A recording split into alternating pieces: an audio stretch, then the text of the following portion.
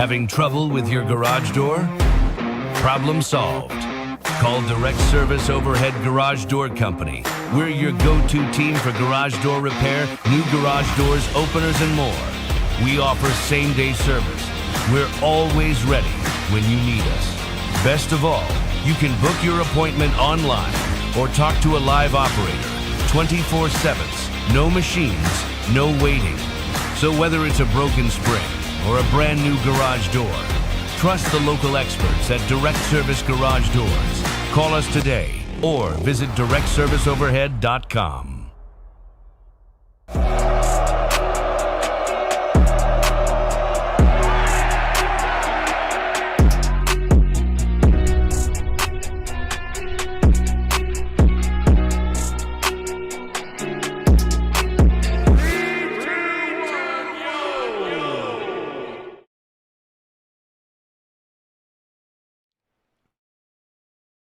Yo, what's going on, everybody? Welcome to Monday Night Lights. And alongside me tonight, just me, just your boy Ty. Tim he's gonna be busy this week, and Travis. Well, we typically expect him on Wednesday nights, but you know what? It's just you and I tonight, and that's absolutely fine because we got a few things we need to talk about. Got a few things we need to discuss, but before we do. Like, share, subscribe, all the cool stuff. If you're new here, make sure you hit the notification bell. That way you get an alert as soon as Tusk Talk with Ty goes live. So we got some stuff. We got some stuff. By the way, we some stuff to talk about. We did hand out our card. Well, I say we handed out our winners for Tusk Talk with Ty Patreon for the month of October. Got a Brazil card there. Someone won. We got Knox. Look at that, gorgeous. That's just the $8, folks. Legendary status people. Look at that. Got Morgan. That's pretty. Oh, it's so shiny and flaky. I love it. Scotty Thurman autographed. Right there. You can kind of see it. Right there. He's looking. Just zoom in and look. And then, of course, Big Nasty himself, Corliss. These are Patreon supporter. Legendary status members get those, get the autographed cards. So consider signing up. It really does. It helps, keeps the mini split going, keeping it nice and warm in here, and the lights on at the same time. How about that? So I do appreciate y'all. Again, make sure you're sharing the content, and make sure you're following Tusk Talk with Ty on the socials. Right? How's it going, y'all? What's up, Heartbreak Hog? Kick Science Socially. I'm back to loving this channel since Muscle Clown is gone. Science, though, can you at least admit that he put Arkansas back on the map? Kick Science, can you at least admit that Musselman put basketball, Razorback hoops back on the map? After a 2 decades of nothing, can we at least do that? Can we agree on that? Okay, he says he can do that. I think Kick Science has found a softer side, a gentler side. Let me say that he and I, we kind of go back. We have a little bit of a history, but it's good to see him coming around, man. If that is truly the same Kick Science, you never know. You never know about folks anymore. People like to dress up like other people. So we are going to discuss first things first. Pull up my list of stuff here. What is it about? What is Arkansas's big problem? What can be Arkansas hoops? What can be their big problem? Well, something that last year we know was an issue, especially during that awful run to start SEC play, but not just it was a multitude of things. It wasn't just like one thing or another. But playing well around the rim was an issue for this team, and especially when it came to like rebounding. Arkansas finished around 11th in the SEC, not in the country, in the SEC at rebounds. They were one of the worst offensive rebounding teams in the SEC, and I don't know where they were at nationally, but it was not good on the offensive boards. They averaged just around 9 offensive boards. This is through 36 games, by the way. They weren't exactly a high-flying scoring team either, right? I mean, they averaged around 75 points a game, but they averaged about 35 boards a game. And it wasn't really until Jonas Adu came into him to his own, right? Really found his identity. This team started to get healthier, and then we noticed that Arkansas was starting to play better, and it wasn't just Adu, right? I mean, you could list off of several guys. Brazil kind of found his own as well, and Knox. When you get into March, when you get into March Madness, when you get into the NCAA tournament, things start to turn around. But rebounding was still an issue for this team last year. So you go back to Michigan State. Arkansas just played them. And what happened?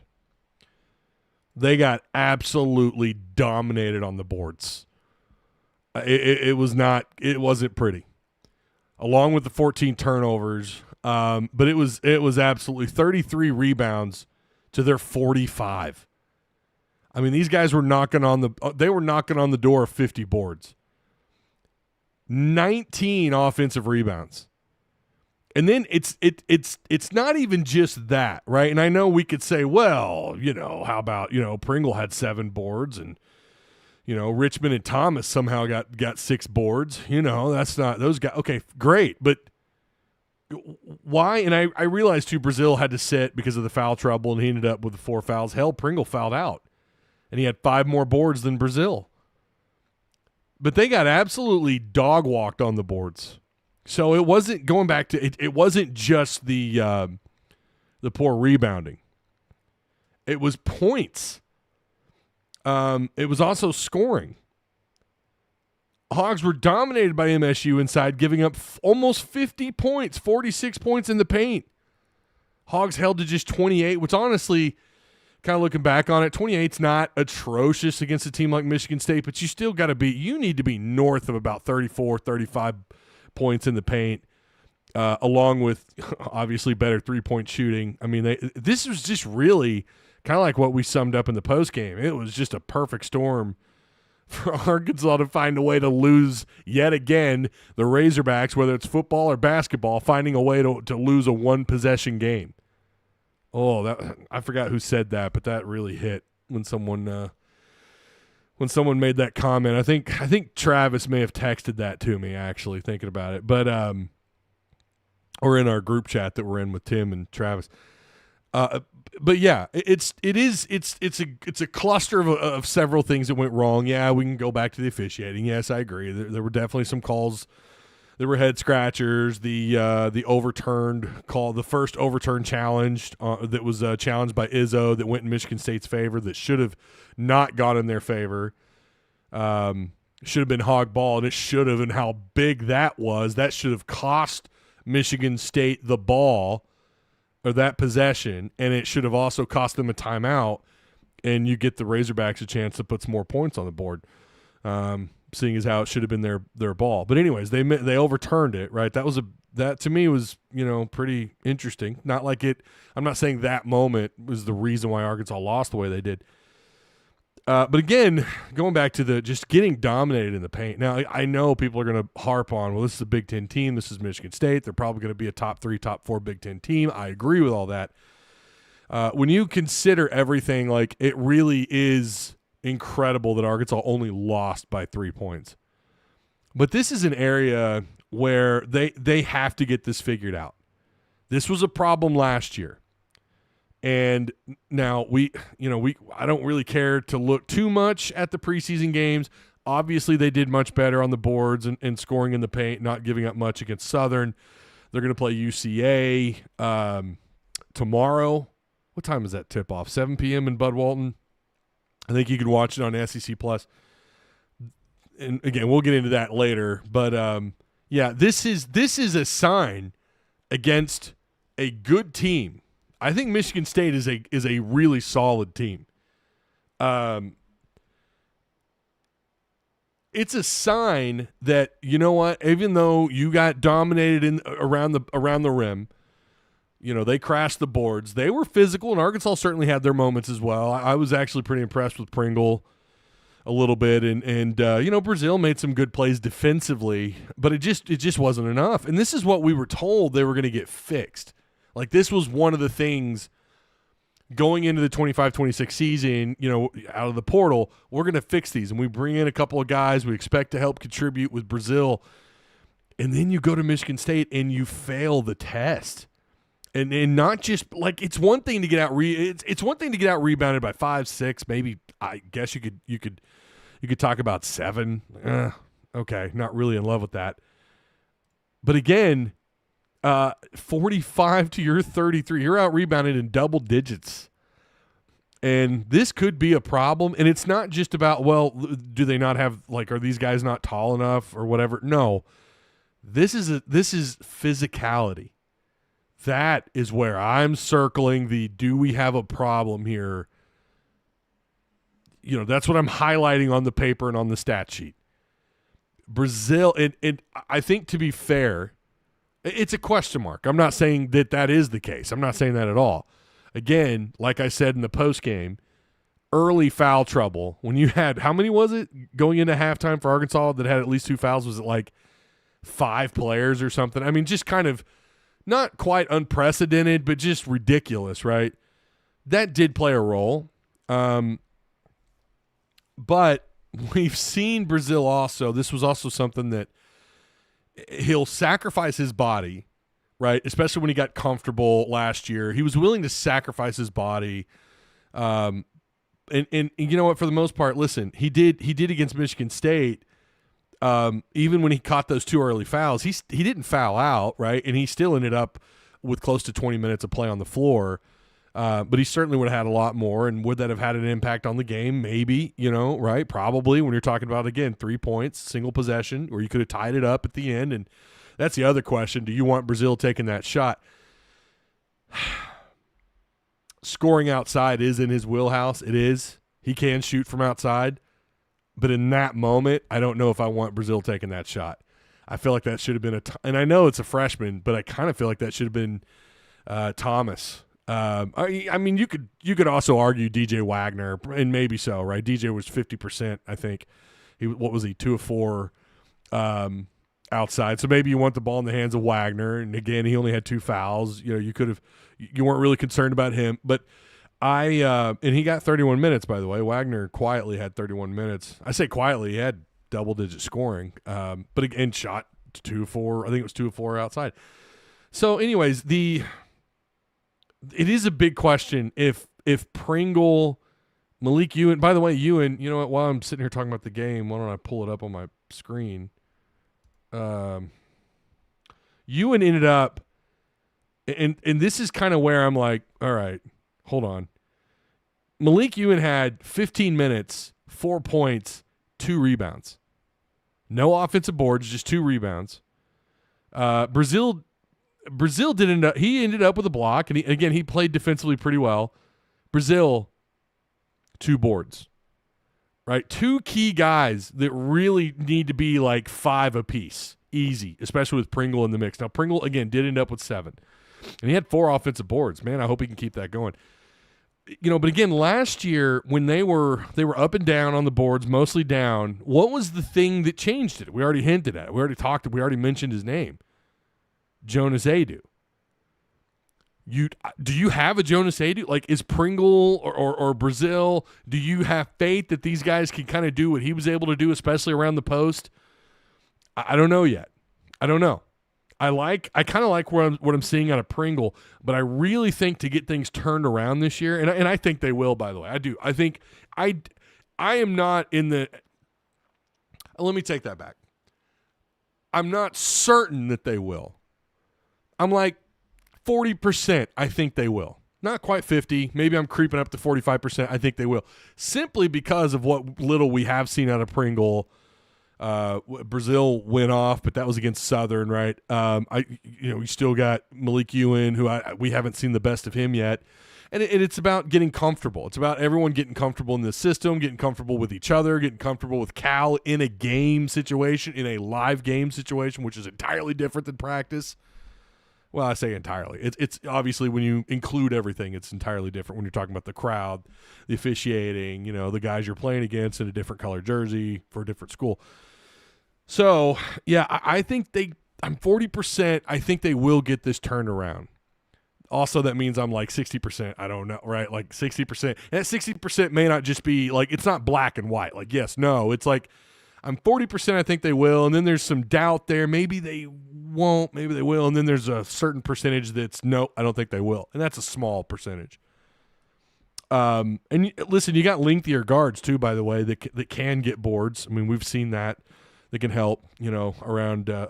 Here's the other thing too. And something else we mentioned Saturday night, Michigan State, how many of their missed shots were off the rim and directly into the hands of a Spartan? Like, how many times did that happen? Really? I mean, it makes me want to go back and watch every single. I did go back and watch some of the game, and in the middle of watching that, I swear to God, I think I counted like 4 instances in the first half where the ball just went. They just happened to be right there, and it was just good Lord. And some of that is it's about spacing and being in the right spot at the right time, and there's a little dash of luck in there too. And I think Michigan State, the ball just continuously went in their favor again, along with that first challenge by Izzo, which I think actually did play a little bit bigger role than some people want to admit. But I don't think that's why the outcome was what it was. If you're just joining us, make sure you share the content. Okay, make sure we share. We're kind of in the middle of there's not a lot of big things to talk about. Everyone just wants to talk about coaching searches, so I get that. But man, I'd really appreciate if you guys would share the content and all that. Just click the link. Just hit that little arrow. Fishman says, "Yep, of course. Yep, we have a problem. A very mid Spartans team beat us up, and we folded. Hopefully, we can get tougher as a team." I don't know, Fish, if I'm going to call that team mid. That's wild. That's wild. I mean, did you see how much of their so many members of that roster played last year? They were contributors. Now, they did lose a couple of really good guards, a couple of really good pieces. One of them, I think, drafted, and the other one seniored out. Are they as good as last year? I don't know. But you're talking about at East Lansing, at Michigan State, Fish, man. I know you love to drive right up to that cliff and hop off the first second there's some challenge for the Razorbacks, but I truly don't believe that's a mid Michigan State team. I think that's a Michigan State team that will likely finish somewhere in the top 4 in the Big Ten, which is really competitive. Christopher Cox says Knox needs to step up. Again, we can look at several things here. When you talk about Knox, yeah, Knox was a turnover machine. 18 minutes and didn't contribute anything. Well, four rebounds, I'll give him that, but 4 rebounds, but 18 minutes and no points, 4 turnovers, 2 fouls. And he was 0 for 1 outside. Knox has, and to be fair, I know there's the turf toe, and he's still got to get back in the rhythm of things. Even when you're out for just a week and a half or however long, I don't know how much practice he's actually missed. But when you're out of rhythm like that, yeah, it's going to take, a week or 2 in practice and a couple, 2-3 games to kind of get back in rhythm, depending on the severity of the injury, right? So I'm not going to be too hard on Knox. I do think had they had a fresh Carter Knox with no injury, right, pre going to East Lansing, again, that's the craziest thing about these one possession games. And I'll say this: I think Arkansas was the better team. All right, I got to take that back. Michigan State was the better team that night, but they were given so many gifts. I think Arkansas is overall a better club. I think they're a better basketball team. I do. I think they're better than Michigan State. Just more talent, Now, when you get into the Cal versus Izzo conversation, Izzo's, jeez. I mean, again, that man's been coaching at Michigan State since I was at Jefferson Elementary, 1995. Good Lord, I was in 4th or 5th grade. God, I forget how long he's been there. That's nuts. So yeah. The other big issue, though, Michigan State did a really good job of contesting Arkansas's threes in the second half, chasing them out off the perimeter and what have you. They played. Michigan State played really good, mostly a pretty good brand of ball outside of their turnovers. They also had turnover issues. They ended up with the same amount, 14 turnovers, just like Arkansas had. But they had 6 fewer fouls. And they weren't good outside. I mean, that's probably the crazier thing that we didn't talk about in the postgame. They were horrible outside.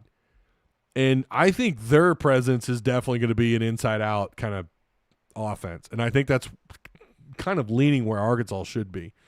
The other issue, again, I think the bigger concern here for me is the physicality of this team. That's the bigger concern. It's not that they're not always going to get out-rebounded, even by teams that might have a little bit more size.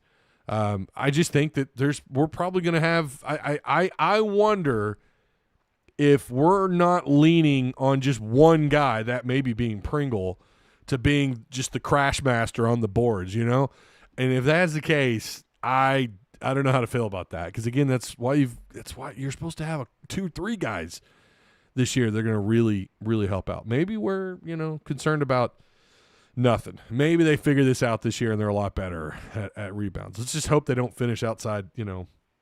I'd like for them to finish, top 6 in rebound. Just be average. Just be an average rebounding team in the conference. And when they can do that, they can rack up. And listen, they're doing way better on the offensive board side of things. They're already like plus, and I know we got a long ways to go. They're already like +5 offensive boards per game through two games compared to last year. But again, that's 30-plus games, and we're talking about just 2. The other issues for Arkansas versus Michigan State I didn't say this too, by the way, really quick. Michigan State, 45 rebounds, 19 offensive boards, 18 second chance points. That's pretty good. That's a good number. That's a good round number if you're Michigan State. Arkansas, 33 boards, 13 offensive boards. You love that. I love the 13 offensive boards. 12 second chance points. So just slightly not as good at the second chance point side of things of actually getting points. Yeah, we already talked about Michigan State getting the 46 points in the paint. Just too easy. Some of those, I would argue, half those 46 points were just too easy. The post defense, I've got questions there. I really do. Let's hope that's more about Michigan State just being really damn good, moving the ball around in the paint. Arkansas just, making some early on mistakes because there's 3 guys that are rotating in that 4 and 5 spot, they've never been teammates before. So maybe that's some of it, right? Not like they're all on the floor at the same time necessarily. And like I also mentioned, Adu's not walking in that door, and Adu's not walking through those doors. And all 3 of these guys, if they step it up, if they play at the caliber we think they can, Arkansas is going to be a problem. Hell, they're going to be a problem even if they're just average around the rim, just simply because of the guards. I mean, it's the talent. Good Lord. Okay, the other issues. Arkansas with just 10 layup opportunities, Michigan State with 18. I think they ended up 9 of 18 on layups. The 2 freshmen, Acuff and Thomas, combined for 31 field goal attempts. That's Acuff shooting at about 31%. Thomas at about 33%, while both of them combined for about 8 assists. That's still more than half of the total shots taken by any other Razorback. Those 2 took up so many shots. They have to get smarter and better at distributing the ball. Freshmen, they're going to figure that out. They're going to figure that out as the season progresses. They're going to be fine because their talent should be good enough to carry them. But that's not what you want, though, right? You don't want them to just be carried with their talent, and you don't want to be ball hogs all the time. You're shooting all the shots. Like we need a little more ball movement. And Acuff, that's not as much of a concern. I mean, he had how many 6 assists? I think 5, 6 assists. That's a good sign, But Thomas also needs to learn. Like, listen, man, maybe every once in a while it's not a bad idea, to kick that ball out to, maybe someone else that's open for a better look, that's a little less, a little less contested than you. A lot of dribble drive and I don't mind. That is going to be their identity. That is going to be a big part of this team's identity. Getting to the rim and hopefully drawing some fouls on your way to the rim. So, tap that like button, says Malik Acuff.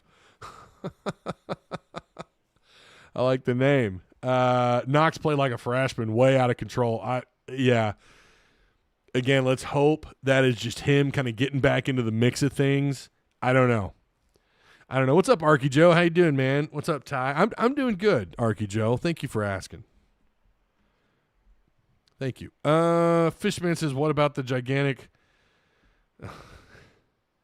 Hold on, let me read that first one. If Knox has turf toe, it could legit be over for him for a while. Look at what it did to D-Mac. Well, okay. Well, he wouldn't be out there playing, though. I mean, I always wonder with turf toe how much of that comes back. Like how much do you still kind of feel that injury? And you're putting a lot of pressure on your feet. I don't know.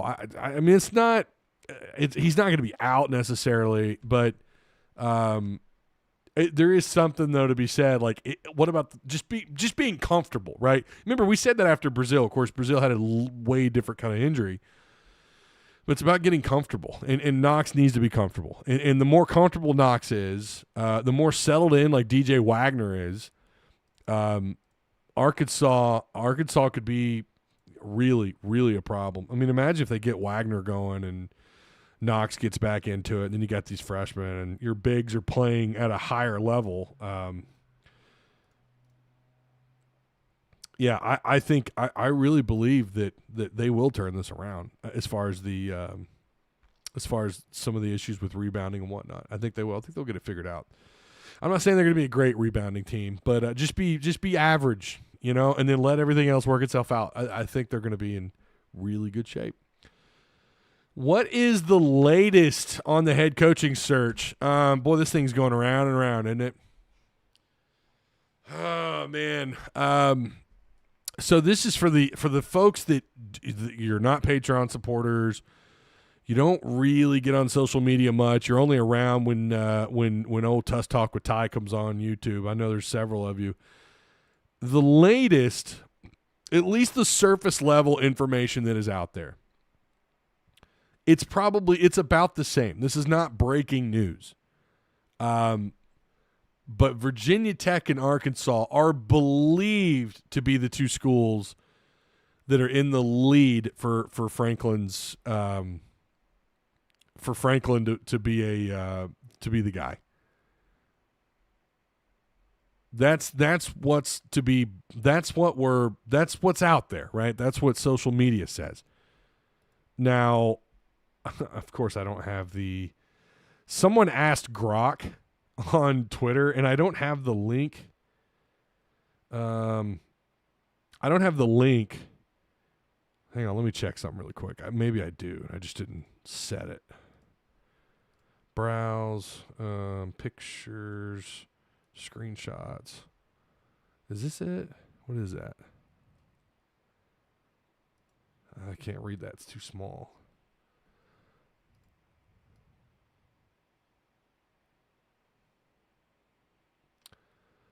Well, that's not it. But someone had asked Grok about or is this it? Hold on. Yes, this is it. Okay, here we go. I can put this up on the screen. This is pretty funny. There it is. Can you guys see it? I didn't size it up. Someone had asked Grok about just the rumors on Franklin and whatnot, and this was Grok's response. Based on recent rumors from X and Sports Insiders, Arkansas is reportedly offering James Franklin around $11 to $12 million in annual salary, with a $30 to $40 million in NIL commitments for the program. Virginia Tech's rumored offer is $13.6 million salary with significant NIL boost. Notice there's no number And Grok pulls from like popular sources, if I'm not mistaken, but no exact figure on their NIL. These are unconfirmed, nothing official yet. We'll see what happens. Now, I asked for the link from, I think, John Oliver in our Discord, and he never even replied. Oh, John Oliver didn't even reply to your boy. I'm over here like, hey, can you send me the link? I want to know more context. That's what I figured. I figured I would throw that up there for you. Even Grok is in on all this.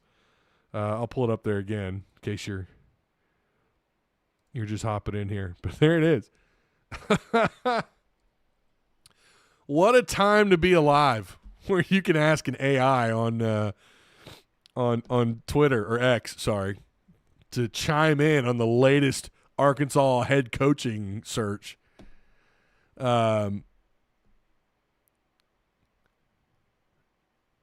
in the Ozarks. What's up, man? How you doing? Fishman, $10 super chat says, Ty, the reason I'm negative today is seeing Alabama dominate St. John's on the road, yet we fail our test. And with football, we gotta get Franklin, or we're screwed, in my opinion. Well, wait, wasn't no St. John's in Alabama was not on the road. It was a neutral site. That was a neutral site game. So it's a little bit different than going to East Lansing, Fish. I appreciate the super chat, I really do, but that is a big difference. Am I getting that twisted? Is that wrong? Didn't Alabama play them in let's just pull it up. That's a neutral site game. That's a big difference, man. Where you play matters. This was at Madison Square Garden. And they won 103-96. It's really early too, Fish. I don't know that I would buy St. John's at 5th. I don't know. Maybe, again, I said people are sleeping on Alabama. I don't know why people are so down on them. I think they're a top 4 caliber SEC team. Hell, they might be the best again. I don't know. The original spread was in favor of St. John's, but it was like 4.5. Yeah, there it is, 4.5. So, yeah, where you play matters. I would probably pump the brakes on the crash out. Just pump the brakes. Ty, I made the comment about another Saturday one-possession game. Glad you enjoyed it. Oh, that was you. Okay. See, now I was in a group text, and someone said the same damn thing. That's right. Pooh Bear says Bama has the best guards in America. I mean, Nate Oates is Nate Oates. He's gonna have great talent. Anyways, Jumpmaster Scott. By the way, Scott, you won the Corliss card, right? I don't know if you caught that, but you won the legendary status card, the Corliss Big Nasty. He says 86% of all statistics are false.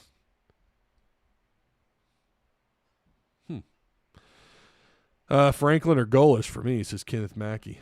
Here's something else I found really interesting. Let me throw this up here. It's like a 2-minute video, but we're not going to watch the whole thing. Hopefully you guys hear it. Hold on. Wait, Coach, and what about this? Let's put a tickler file. If our guy John Gruden, now teams will have to negotiate with me to get him out of here, but if he ends up in college football, let's just bookmark. Really quick, can you guys hear that before I keep this going? I know we're on a little bit of a delay. I'm probably like 12 seconds ahead of some of y'all. But are you hearing that audio from Barstool Sports? Yeah. Okay. Good. This, if one of his teams is fighting spot number 12 and he doesn't want it. Hey, look, you got 12 people deciding who's getting in the tournament. I don't know who this committee is. I know Chris Alt. I know a couple of these guys. I know Hunter Yurichek. I don't know Carla Williams. Oh, do you? You know Hunter Yurichek? I don't know all these guys. Jeff Long. Wait a minute. He knows who? People deciding who's getting in the tournament. I don't know who this committee is. I know Chris Alt. I know a couple of these guys. I know Hunter Yurichek. Oh. I don't know Carla Williams. Oh, do you? You know Hunter Yurichek? I don't know all these guys. Jeff Long. Interesting. He says he doesn't know Jeff Long. Come on. He was a former AD here and an AD at Kansas. Yeah, I don't know. So someone sent me that, and they were like, Ty, this is the sign. This is the sign. Gruden's coming. He's coming here. He's bringing up Hunter. He knows Hunter. And apparently this is the second slip. This is the second slip that Gruden's made about Arkansas. I don't know what the first one is. I asked, was the first one? He never responded. It is so this is probably one of the fun parts of the coaching search. Just Gruden being in this conversation, I know that I think 10% of you would be, maybe 15% of you would be thrilled about John Gruden. I think there are aspects to his hire that would be exciting. To be fair, I don't know how a Gruden job would go. It seems like such a gimmick hire, but that's not the point that I'm making here. You guys know I am not, he's not in my top 5. If I had a list, which I don't even have a list anymore. I threw my list out. I don't have a list anymore. It's just like, let's just see how this thing unfolds. Now, I do believe there's going to be a lot of smoke. We know this, right? I've been doing this so long. I feel like we ought to nickname the channel ought to be, Tusk Talk, Talk Smoke or something. But because of how often we've mentioned the coaching search, just the smoke around these coaching searches. And really what ends up happening is that we don't really know until like a day before the guy's hired. Sometimes like the day of. Like, oh, okay. All right. Maybe that name makes a list somewhere where it's like the top 3 guys. Maybe he's in that mix. But again, what normally seems to happen is that local people kind of pick up on it. But then the national people, and from what I understand, they get a lot of their information from in-state people, by the way, media people, and through, some of them are just really well connected. But someone either at On3 or Brandon Marcello at CBS, Sports, someone like that is going to say something, okay, there's smoke here. And not that they're always right either. Sometimes they are dead ass wrong. But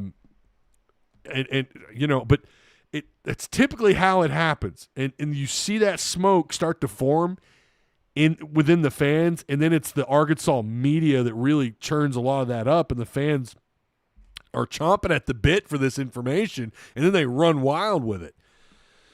And I do want to say a special shout out to Patreon. Like they're humming in on all this stuff, man. They're in on it, right? We're talking about all the rumors, and it's been really good. I'm trying to keep up with it. I'm usually like a day behind trying to get caught up, but reading that Patreon chat, but they're doing a good job of keeping up with it. Shout out to, of course, Courtney Mims, who's also been giving us some really good information.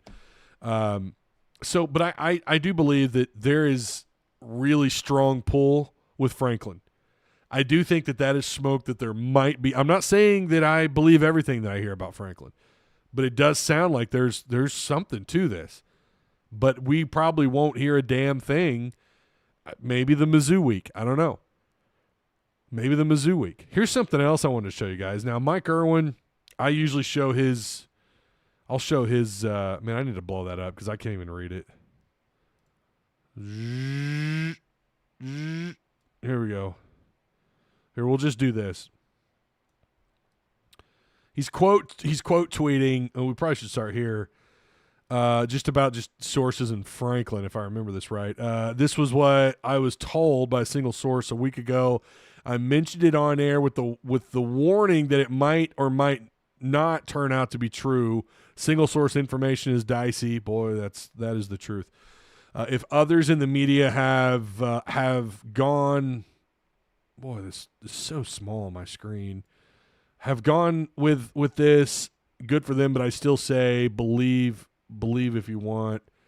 I'm not sure myself. And then again, the quote tweet is Michael _BA21764. He says also other media says Arkansas already has a hire, and it will be announced during the Missouri week. Take it how you want. So that's not, I guess that wasn't just about Franklin, just that they have a hire. And then he's quote tweeting Tanner in Tupelo, who says, I understand you can't and shouldn't say all the info to protect the relationships you have with your sources. That being said, who is it? Or who do you think it is? And then Mike Irwin says, if the source is correct, it would seem to be. You can see my full. Whoop. Hey, how you doing? If my source is correct, it seems to be Franklin. I don't think they announce a coach of a team that still has to play. That still has a game to play that week. So, yeah, I don't know. I mean, this is everywhere. This is the speculation, but again, there's so much around Franklin, and I tend to believe sometimes nothing against anyone in the media who's saying no, it is Franklin. No, it is Franklin. It's for sure Franklin.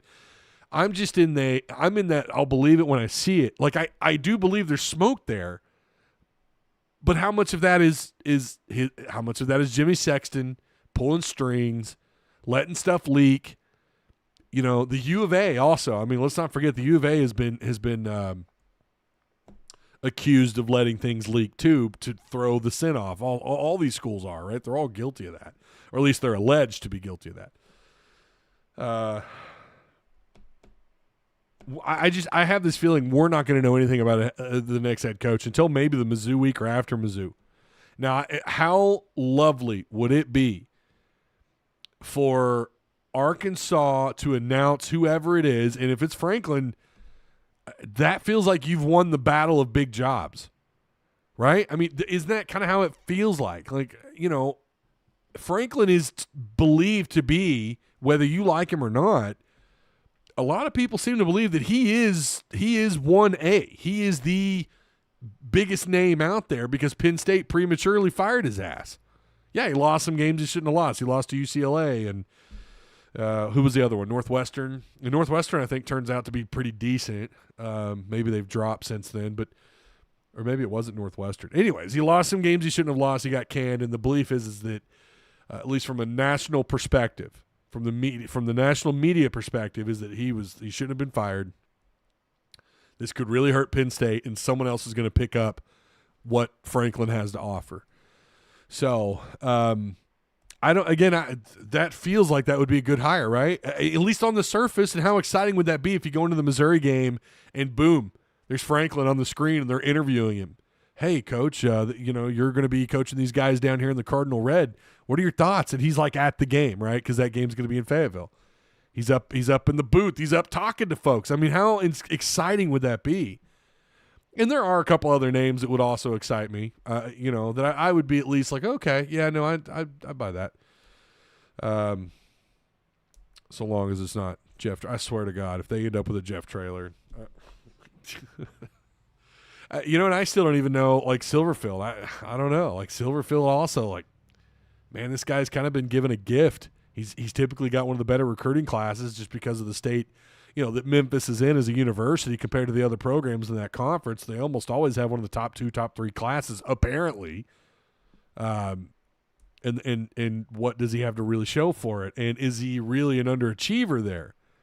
How many conference titles and, playoff appearances does the guy have? I mean, again, to be fair, we only recently expanded the playoffs, but you get what I'm saying. That's just kind of the conversation around Silverfield. But yeah, I wonder if that is the case. If it is a Franklin, or if it is a good Lord, a Gruden. I mean, how excited would you be if that just think of one of your top 3 coaches that you want, and that ends up being the guy as you're watching Arkansas and Mizzou, probably Mizzou pounding Arkansas once again, beating the hell out of you. But then they're showing your future head coach. That'd be pretty exciting. And not only that, if it were someone like a Franklin, you've won the battle, right? The conversation is Franklin's going to wind up at the school that, that most deserves his talents, whatever. Again, however big you are on him or not big, the national conversation from coast to coast, from what I gather, is that Franklin is the best available coach. I don't know that I believe that necessarily, but I don't know, man. And who knows? You could still end up with Patrino. I'm kidding. I don't think he has a chance. I really don't. I think unless he going to have to really wow some folks. Hogblitz says, Taya Franklin, let's see. If Franklin hire does not happen, I still think Patrino may be hired. Speak of the devil. Money people will split off. Madre Hill was giving his endorsement. Oh, I didn't know that. I did see. Okay, yeah. By the way, we got a lot to talk about on Wednesday. We're going to bring that up. Hopefully I have Travis and Tim with me on, or at least Travis on Wednesday. Caught a little soundbite. It was very interesting. Anyways, he was going on about the trophies. Did you guys catch that? Yeah. Anyways, let's see. Madre Hill was giving his endorsement at the Touchdown Club. Oh, so he was endorsing Patrino. Hogblitz says, I think it's Franklin or Patrino. I do think I have to take that back. I do think there's still a shot that Patrino ends up with the job. I just think it's a lot less likely now. But it's not quite improbable. Bobby G says announced during Missouri week. Would be Bobby P announcing someone else before. Let's see. Announced during Missouri. Announced during Missouri would be Bobby P. Announcing someone else before the game wouldn't be done. Maybe. I don't know. I mean, why? Why would you not? Who cares? At that point, doing it now would have everybody letting go of the rope with still some games left that you feel like you might have a shot at maybe winning. Right? I mean, I don't know. At some point, if it is someone else, you can thank Bobby Patrino for taking up a really impossible chore. You can thank him. Listen, you got to make a hire. You got to do something. Schools have done that before, by the way. UConn did that just 4 or 5 years ago. They had their guy in place, and then he went on. He was able to assemble a staff and was able to hit the recruiting trail. I would argue that the smarter thing to do, if you can, would be to absolutely hire the coach now and go public with it. I mean, this season's over with. I'm not saying you just throw your hands up and give up on it, but it's over. Your next guy needs to be in position. No, I disagree, Bobby G. I think, in fact, it could happen. I'm not saying that it will. I think it's more likely than you think, though. You need him to hit the recruiting trail. You need him to get in on those pipelines, assemble a staff. My thing is, like, why would you fire Sam that early in the year to only wait until freaking December? And then how much time do you have between that time and then the signing period and the portal opening up? You've got to hit the ground running. Why did you fire it? Why did you bring him back after a 4-win season, right? Right? I mean, why was he still here? God bless him. Go drink your cold beer. We appreciate you, Coach, for what you tried to do here. But it failed. We don't want you back. So then why would you wait, or why would you fire him when you did, only to wait until, you want that coach assembled, getting his staff assembled, hitting the recruiting trail. I mean, if you looked at the recruiting class lately, it's like in the 80s or damn near close. You need to piece together. Why else do you fire a coach early? The hell with that. Appreciate you, Bobby. Appreciate you, but we got to make a move. David Basil was tripping at the Touchdown Club. You should play the clip of him calling out. Yeah, so we're going to do that on Wednesday. I do want to talk about that on Wednesday. That's actually really fascinating. What he said was kind of, yeah. Laugh out loud. You think Ian Maliava was ever staying? Wait, what? You must be talking to somebody else in chat. They finessed Arkansas for some money, for some easy money. Who? That's got to be something else. Bobby Shiz, I'm assuming you're targeting someone in chat. I don't think that's aimed at me. If they're using that logic, Patrino will be the hire. Arkansas and Hunter Yurchek. Arkansas, Hunter Yurchek, and logic don't really go together. Touché, sir. No, I think you can do that, and you absolutely should. And if you fired him that early in the year, only to have this thing trickle into December, and you don't have a head coach, it's just yet another sign that they just don't know what the hell they're doing in Fayetteville. Why else would you make that? Why would you fire him? Why would you fire Sam Pittman that early if you ended up still just waiting it out until December?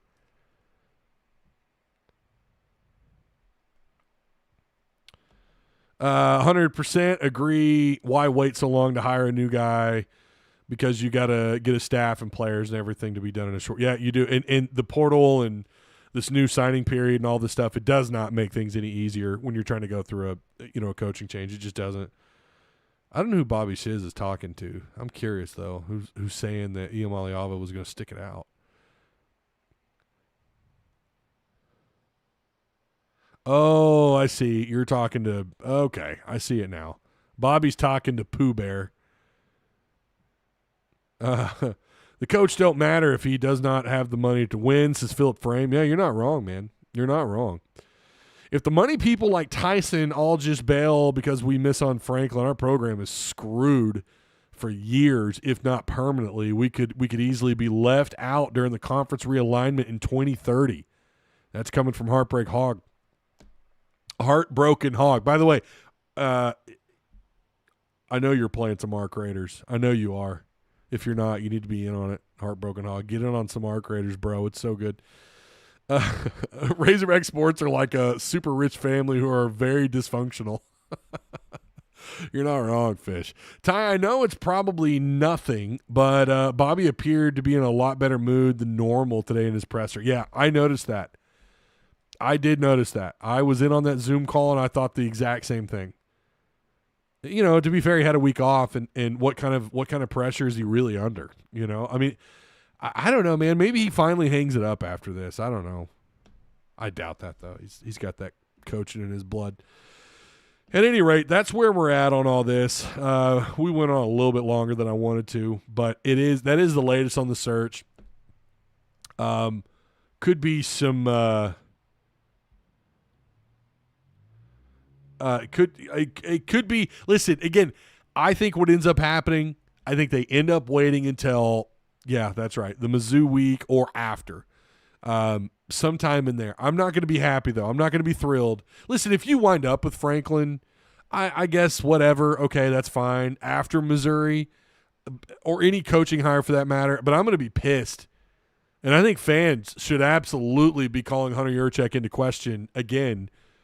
If you wait this damn long, going back to when they fired Pittman, way back when they fired Pittman, and you wait until December to hire, I don't know, Morris from North Texas. And I love the guy's offense. I'm not trying to shit on him, but you know, you end up hiring, oh my God, like Traylor. Oh, dude. Let's not forget how that basketball search was going before Tyson came along. Let's think about that really quick. And that's kind of like, you know, he killed it with Musselman. I agree. He killed it with Musselman and women's sports and all that. And Pittman was the right guy at the time. You just held on to him way too long. So, again, that's where there's just this lack of faith that fans have that they're going to get this right. And then also, like someone mentioned about the boosters, right?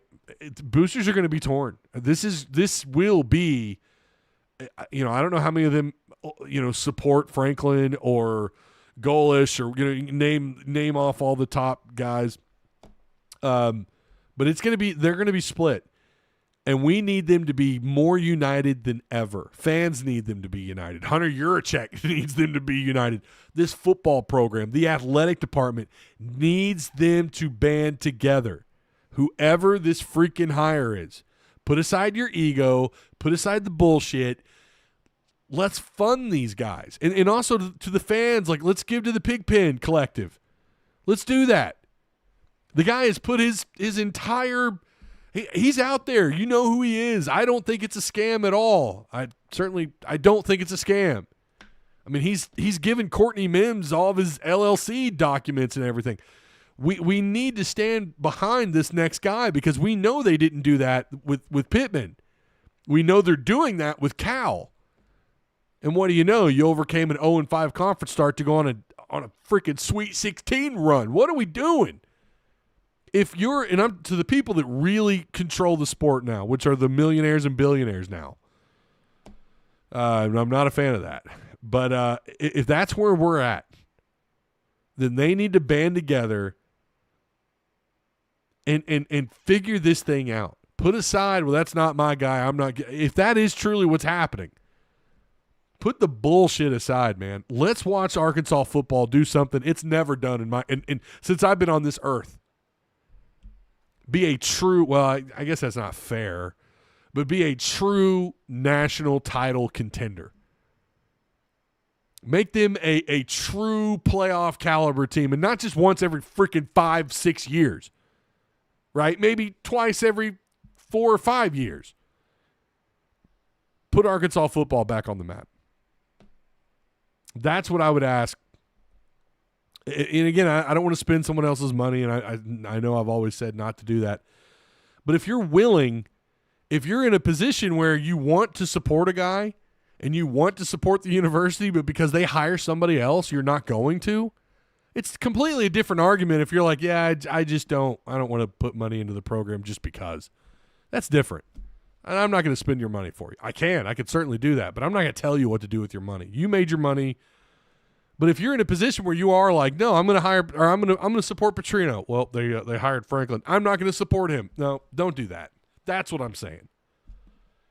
If you're already planning on supporting them financially, don't back out because they didn't hire your guy. We need to kick the tires and light the fires, Big Daddy. That's what we need to do. It's time to put Arkansas football back on the map. I was born in 83. My first game was Citadel, okay? Like, you know what? We have been – it's crazy because, you know, the kids today are growing up with Arkansas football being trash, and that's sad. That's sad. Not like it was great in the 90s. I mean, let's not sit here and act like Danny Ford didn't happen. It wasn't good. Jack Crow. Speaking of the Citadel, right? But far too long, Arkansas's been irrelevant. Speaking of Arkansas football, we did get an update from Coach Patrino. Kittler and Harris are back. Kittler's going to be back at center. Obviously, Harris at right tackle. We'll talk more about Arkansas and their matchup against LSU on, you know what? I haven't even looked up stats. Like normally I'm going into Monday, like I already have everything I need for the Wednesday show for the most part. There's some little things here and there that I don't have, you know, wrapped up and when I'm trying to script out the show on my end and trying to get the questions set up for Travis and Tim and whatnot.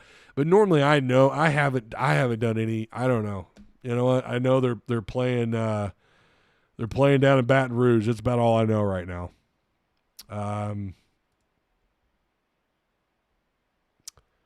And I know it's at 11:45 a.m. because I'm looking at it on my screen. I legitimately forgot when kickoff was just now. I really did. I had to pull it up. That sucks, man. I hate being in this who gives a shit mode about football. I hate it. But here we are. I'm ready to get out of this. I'm ready to be excited about the rest of November for football, not ready to just move on to basketball. All right. So we know that they're getting healthier. And then we'll continue this discussion on Wednesday. Patrino, whether you like him or not, he is still out there as a possibility. We know this. Again, not to backtrack too far, but remember who's the AD of this program. I'm not saying everything Hunter's done has been shit because that's not true. That's not true. Okay? But that basketball coaching search was not going well. The names on that list were not attractive. Someone had to intervene that happened to be super rich. So, how do you think football's going to go? And how do you think these listed names are going to go if if you just lose out, you go 2-10, you don't have NIL in place? I mean, I don't know. I think a lot of that's hypothetical. I think they are going to get some money. It does sound like the boosters are trying to get some stuff put together. Right now, for me, though, a lot of that's hypothetical until we see the hire, until we see, you know, what they're building out of the portal. Then maybe we'll change our attitudes a little bit. But this game really could, like, it's going to put Patrino back on the map. if he finds a way to win 2 out of 3 of these. I don't think he is right now. I don't. Again, as far as like a real serious list for Hunter Yurachek, I don't think he's on there for real. I could be wrong. You remember if you go back, Hunter did say this wasn't about wins and losses and whatnot when he was talking about when he addressed the media talking about making Patrino the interim head coach. However, you can't go over and be considered a serious candidate as the interim coach. You can't do that. Fans will not be excited for that, no matter what the offense does. And again, not all that's on Patrino.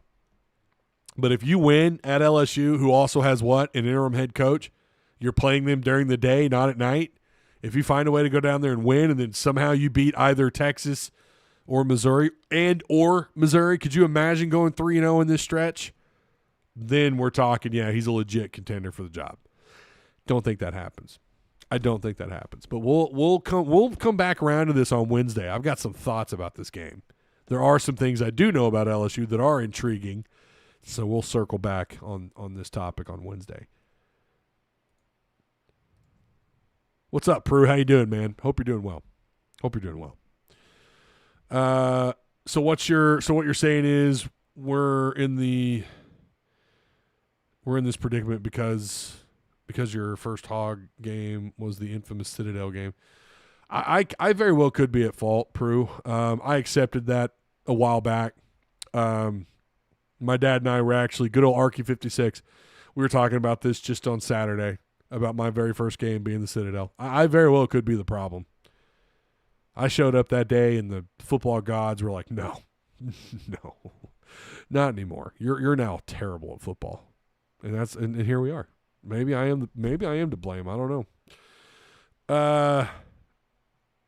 Think about these players on the offense side, mostly Patrino's players. Are they hold on.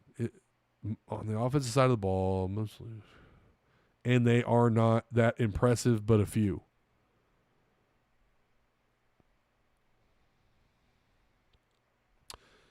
Yeah, I mean, there is some attraction about KJ Jackson. There is. KJ Jackson, some of these receivers that you could get back. The kid from Warren, right? Ferguson, the other wide receiver, young buck, who I think has a lot of potential. Platt at tight end, Yeah, I mean, that is fair. I'm not saying it's all bad if you got Patrino back. I think there is some positivity, but KJ Jackson was Bobby's guy. That's Patrino's. Oh, then he deleted it. KJ Jackson and Taylor Green were Bobby's guys. It's your fault. 10-year prison sentence for you, sir. Yeah, I'm going to have to. I know it. Oh, KJ Jackson isn't Bobby's guy. That's Pittman's guy. He might have actually. You know what? You might be right. He might have been committed before Pittman took before Patrino took the job. I don't remember. I know that Pittman was very excited about him. I know that, but what does that really mean anymore? Would Patrino hire a good DC tie? It just depends on who wants to work with him, right? It's just, I would love a Durkin. I would love a Durkin. There's some names out there I think would be, interesting to go out and get. I just don't know if they're willing to work with him or not. That's what you always hear about Patrino, that he's difficult to work with. He doesn't have the greatest reputation out there. I don't see recruits lining up right now. Well, Kopetsky, it's different when you don't know the fate of the guy recruiting you, Kopetsky. It's pretty easy math when you think about it. Like, why would you commit to a school that might fire the guy? I mean, by the way, they did get a kid to recommit also. They got a kid to recommit under Patrino since he's been the interim, I should say. When the hell did KJ Jackson commit? I thought Patrino threw him that offer. I might be wrong about that. Again, that's another thing, like recruiting, thanks to this new era of college football, it's just whatever. Right? Thanks to the portal, I don't know, I barely keep up with recruiting. I mean, I do, but it's just not what it once was. I'm way more intrigued with the portal. It's where I spend a lot of my time and energy. We are currently ranked 8th in the nation in offensive yardage. If we had a defense, we would not be looking for another coach. Patrino would be hired. I mean, that is fair. I don't want to go down this. I don't want to go down this road, but at the end of the day, for an athletic director, you also have to make the hire that is going to line up not just the boosters but the fans. And when the interim coach goes over, how many games is he going to get to coach? How many games does he get to be the interim coach and you don't win a single one? I'm just telling you, the people that were really excited about the possibility of Patrino are less excited. The people that weren't really that excited are completely out on him. So if he goes winless, you have to think about the attractiveness of that coach. How attractive would he be if he doesn't win a single game? And again, I agree with you. I agree that it's not on him. This defense is a completely different product, although there are some people, there's some word out there that Patrino had a lot to do with where that money went and that it went to mostly the offense and not the defense. I don't know about all that. I've not, I don't know anyone personally who has the inside scoop on that. I have no clue if that's really the case. He inherited this mess, but it's also like this isn't his first year either. This is his second year.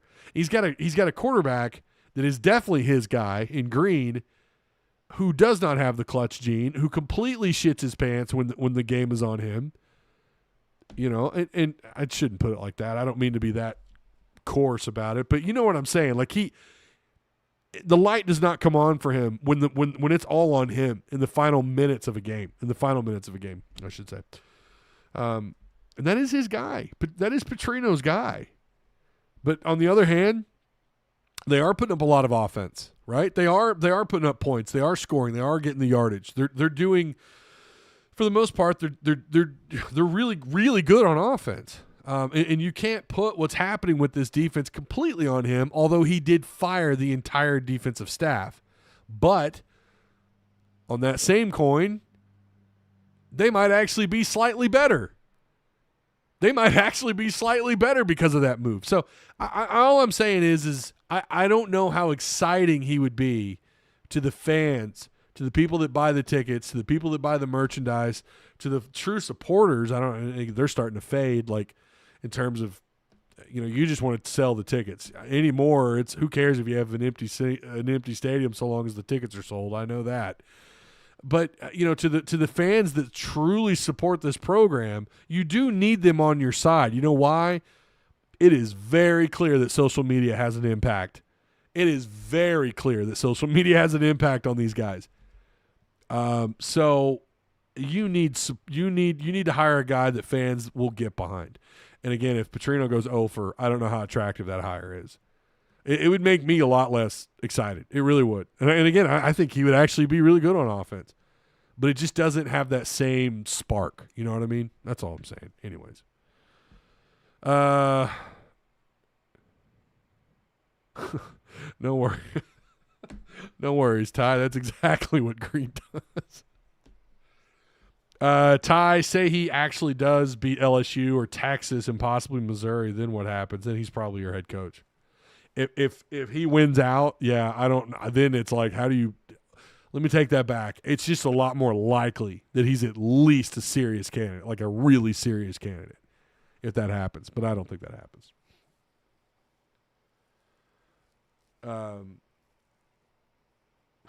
Anyways, I don't want to continue on the coaching stuff. We could every single time we go live, we talk about this. We go down the rabbit hole, and it is fun. Well, sometimes. I have to read this. CJ the Dawn Show. I disagree. I would still like Bobby. It's just Sam Pittman recruited that trash. You're not wrong, CJ, but you are also you, right? You're one guy. I don't know if the rest of the fan base is super excited about a guy that couldn't win a single game. That's all I'm saying. Like the hype and the excitement I said when he was a real candidate to be the OC, I also said 2011 Bobby Petrino's not walking through those doors. And I think that turned out to be wrong. Last year it wasn't. Last year they had a lot to work on. They got it fixed. Green is better. He may not be able to win you a game in the final minutes, but he is better as a quarterback. Patrino talked about that today, as a matter of fact, and I agree with him. But again, he has defied all odds. He took the job again with Louisville, right? He had one really bad year, and they fired him before the end of the season. And it's a little bit different scenario here, but I do believe there's a shot for him to still be the guy. But he's got to win games. And yeah, someone asked, why are we expecting him to win? I'm not. And I think that should be the expectation for Hunter. I think it should be, you need to have something to be excited about going into 25-26. Listen, I know the Patrino folks are die hard on him. And you guys, even me just doubting him pisses some of you off. It really irks some people when I doubt him. But I'm just simply saying from a athletic director point of view, Patrino kind of feels like a safe hire, but he's also, it doesn't seem like an attractive hire right now. Who knows? If he beats LSU, we're going to be talking entirely different. We are. If he goes down to LSU and he wins that game, this is an entirely different conversation. It's flipped. And as I mentioned several weeks ago, I've said this over and over and over again. This is a week-to-week fan expectation, fan excitement, whatever head coach, insert whatever coach. We're judging this week to week. That's just the nature of this. But going over, not winning a single game, and we're not talking about 3 games, we're talking about a lot. And him not winning a single one, I don't know. I don't think he should be a candidate if that's the case. But then also, you don't want to get stuck in December, right? And you haven't made the coaching hire. You don't want to be stuck in December and not have a hire. Well, then you're going to be forced to hire Patrino. So who knows? I don't know. Yeah, Kapowski, I don't disagree. Seeing Ole Miss in the college football playoff, yeah, that sucks. It does. And it's like, if Ole Miss can do it, Arkansas can absolutely do it. They just got to get this right. I like Patrino, but don't want him as the new coach. Haas says, I agree with you, Ty. He needs to win these last games to be considered. Yeah. And then Tennis Girl comes in with Razor Hacks. Okay. All right. Well, hope you're doing well. Last but not least, let's talk about this Arkansas-UCA game really quick. This is a game that if they struggle on the boards, I'm going to be really concerned. Everything we talked about today is for real. Oh, damn, they are a bad rebounding team. If you can't win this game, if you can't win the rebounding part of this game, you're in some trouble. And I think they will. They're not exactly big. They've got one 6'9" and one 6'10" guy. They're not real big. I haven't watched them play, so to be fair, I don't know how physical they are. Shillman, I think I'm pronouncing that right. This is his second year. He brought back a lot of players from last year. A lot of guys that have had at least a couple years at UCA. They have youth, not super talented, not big, at least inside. What you're looking for here is for Arkansas to crush this ought to be a plus 15 rebounds. This should be ugly.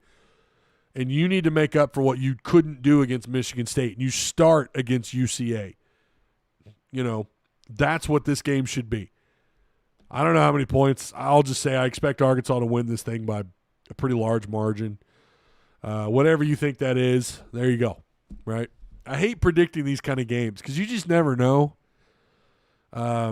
Fortunately, this one isn't being played in Little Rock, so we know how awful they can play down there sometimes. But, this is in Fayetteville.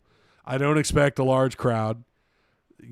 Part of that is the seating, the new seating, how they did all that. They did raise some money from it, but at what cost, right? They're definitely not going to be at this game. I think it's going to be cold, really cold. It got down to 34 last night, or maybe colder. It's 30 degrees now. And tomorrow the low is 27. What's the temperature supposed to be like at Tip? Well, it's going to be sub 50. I know that, which isn't obviously super duper cold, but it's getting down there. So, yeah, I don't know what the environment will be like. So that kind of plays a role into this, but you'd feel a lot better if a lot more Razorback fans showed up. Hey, man, if you got tickets, go. If you know someone that's got tickets because their boss gave them away, maybe they're not going, take their tickets from them and go. I will be here for the post game for that. Usually immediately following the game. Arkansas should just blow the brakes off these. Like, this shouldn't even be competition. Like, this ought to be, you need to take care of business. You need to crash those boards. That's what I'm looking at. Whether that's Brazil or I don't really care. Like, you just need to rack up. You need to beat the hell out of them on the boards. Take advantage, right? It's so unfair how programs like Bama are so good in football and basketball. Yeah. Ole Miss, don't overlook Ole Miss in basketball either, man. Look, you know who's coaching them. Florida or LSU. Let's see. Florida or LSU could match or exceed better recruiting bases.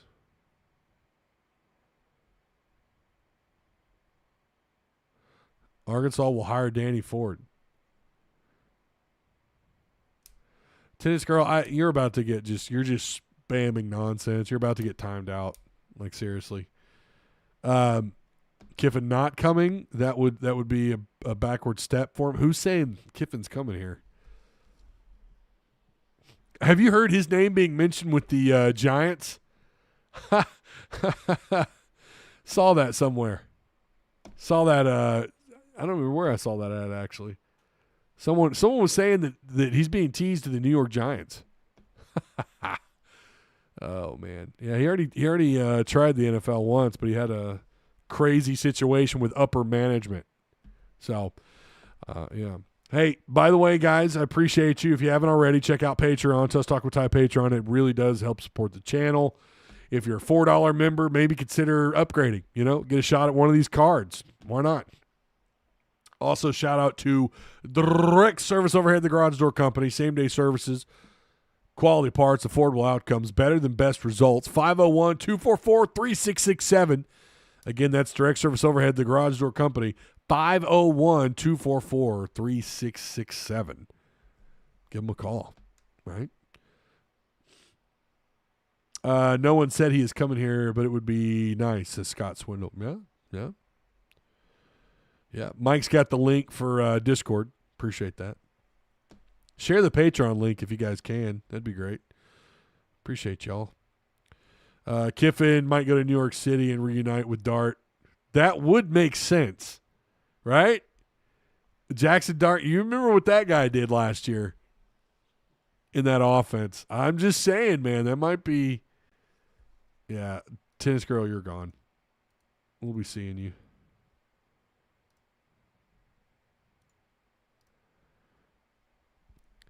L drink. Oh, Eli. My bad. Like, I'm telling you, this print is so small. Eli drink to Penn State, Golish to Missouri. You never know. I always wondered how long Drinkowitz would stay at Mizzou. Always wondered. I mean, I'm kind of surprised with the success that he's had. Kind of surprised he's hung it out there that long. Ole Miss the same with Kiffin. Little surprised he stuck it out this long at Ole Miss. I thought for sure someone else would be able to sweep in and get him after just a few years, but Ole Miss is, they've put him in a really good place, and it helps when you've got your NIL in place. And Ole Miss is willing to pay him, right? To think that a team could cheat their balls off all those years, it wasn't even that long before Kiffin got hired with Freeze and all that nonsense. To think they could cheat their balls off like that and not much within the near future to turn it around by hiring a guy like Lane Kiffin. Maybe Arkansas's not trying hard enough. I don't know. Fishman says, if I were Kiffin, I'd stay at the program I turned into a national power. I don't disagree with that. Why go through a painful rebuild somewhere else? Well, if your quarterback is with the Giants, I mean, you know, you're talking about an entirely different level of coaching and all that. But you know, if you're talking about college, I agree with that. Yeah, why go anywhere else? Just stick it out at Ole Miss, man. They're going to build him a statue at this rate. I mean, they really are. He's Ole Miss and Lane Kiffin lately have gone together like, I don't know, steak and eggs. It's worked out. And it sucks that could have been Arkansas. And I do believe when you have excitement like that, when you hire a guy like Lane Kiffin, yeah, your NIL is not going to have the struggles that it had with Pittman. I do believe they could have had similar success to what Ole Miss is having currently. And again, they're going to build that guy's statue. If they go on a playoff run, they're going to start naming streets. If they haven't already, they're going to name streets after him. Parts of the athletic department. I mean, it's yeah. And there you go. You know, Lane, he's made that big of a difference. One coach can really do that, even at a program like Ole Miss. So I believe if Arkansas nails this hire, whoever that is, I think they could absolutely reach that level of success. If Ole Miss can do it, who was beneath you, historically is beneath the University of Arkansas. If they can do it, Arkansas can absolutely do it. I believe that 10,000%.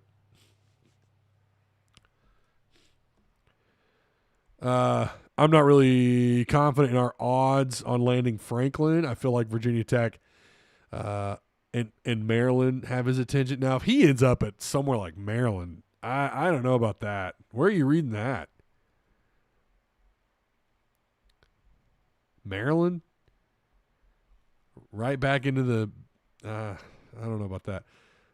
Virginia Tech for sure, yeah. Patrick Smith says Signetti. I don't think anyone's pulling Signetti from Indiana. I don't think that's going to happen. I really don't.